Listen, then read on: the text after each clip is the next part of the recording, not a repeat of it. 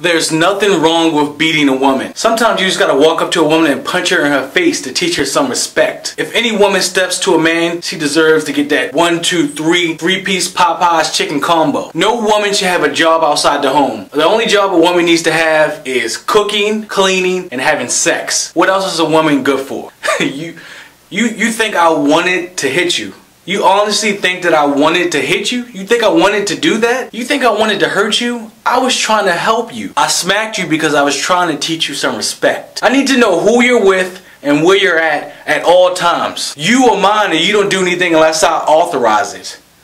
I don't even want you to go out and piss unless I say you can. There are a lot of guys who don't see anything wrong with putting their hands on a woman. As I look online, I see a lot of comments that degrade women. I even know people in real life, in person, who actually abuse their girlfriends and wives and don't see anything wrong with it. And the only thing I can say to somebody like that is they should go home, find the most comfortable chair they can find, drink a full gallon of bleach, and have a nice day. So before I get into this video, just let me tell you a quick story. A few years ago, a friend of mine was in an abusive relationship. He was very controlling. He wanted to know who she was with and where she was at all times. He was trying to control every aspect of her life. What she was wearing, how late she could stay out, who she could hang out with. And anytime she went against whatever he wanted, he would say things like, "Oh, you don't love me," or something like, "You don't appreciate all the things that I do for you." His words made her feel like garbage.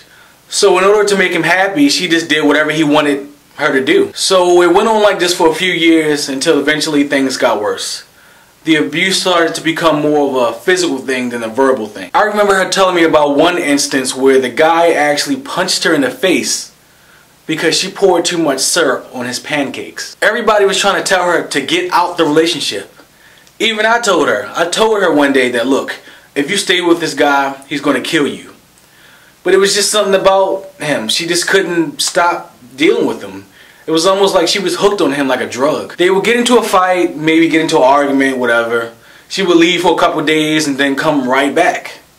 And the same pattern repeated itself over and over. Everyone was constantly asking her the same question. Why do you keep going back to this guy? Why are you staying in this relationship? He's killing you. Why are you staying in this relationship? She would say things like, he doesn't mean to hurt me, he loves me. He has a temper, he gets mad, and it's usually my fault. It's my fault. It's all my fault. He hits me because I provoke him. I make him upset. It's my fault. I do things that he doesn't want me to do. It's my fault that he hits me. She was completely brainwashed by this guy.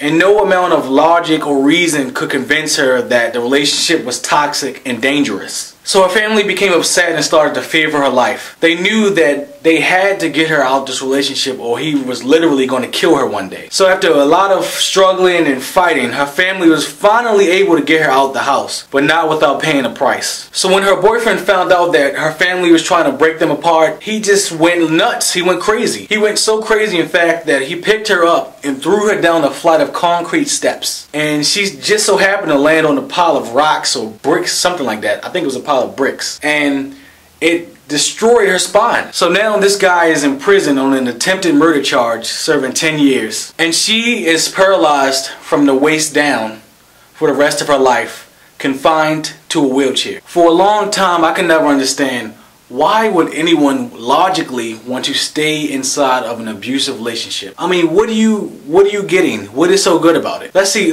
what you get. Constant ass beatings, I don't know. Emotional and physical pain, lack of freedom, lack of autonomy, it's nothing good about it. There's literally nothing good about an abusive relationship. But there are a lot of reasons why people decide to stay in abusive relationships. Some people decide to stay out of fear. Maybe they're scared that their partner will hurt them if they decide to leave. Some people think that abuse is normal.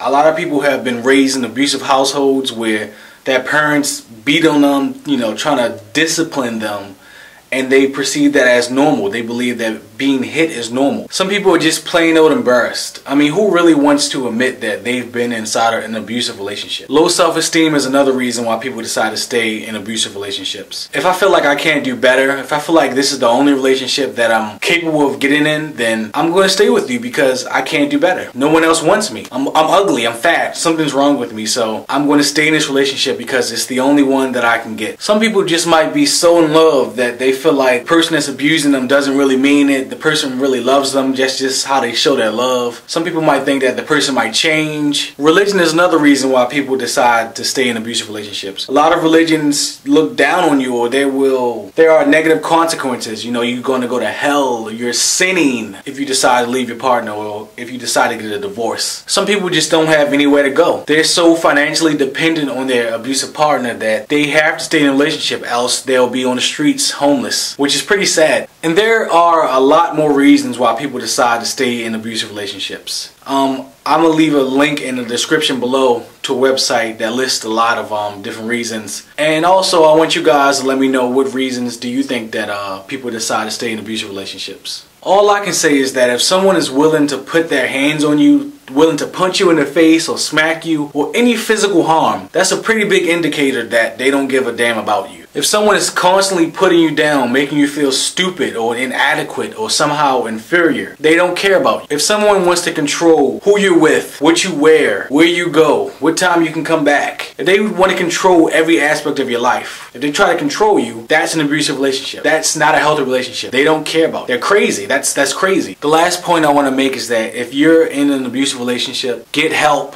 and get out as soon as possible. I'm going to put some links in the description for different sites that can help you out and different information for you. But leave, get out. If you're able to get out as soon as possible. So I have a couple questions for you guys. How would you handle an abusive relationship? Would you stay with someone after they physically assaulted you? What if they promised that it would never happen again?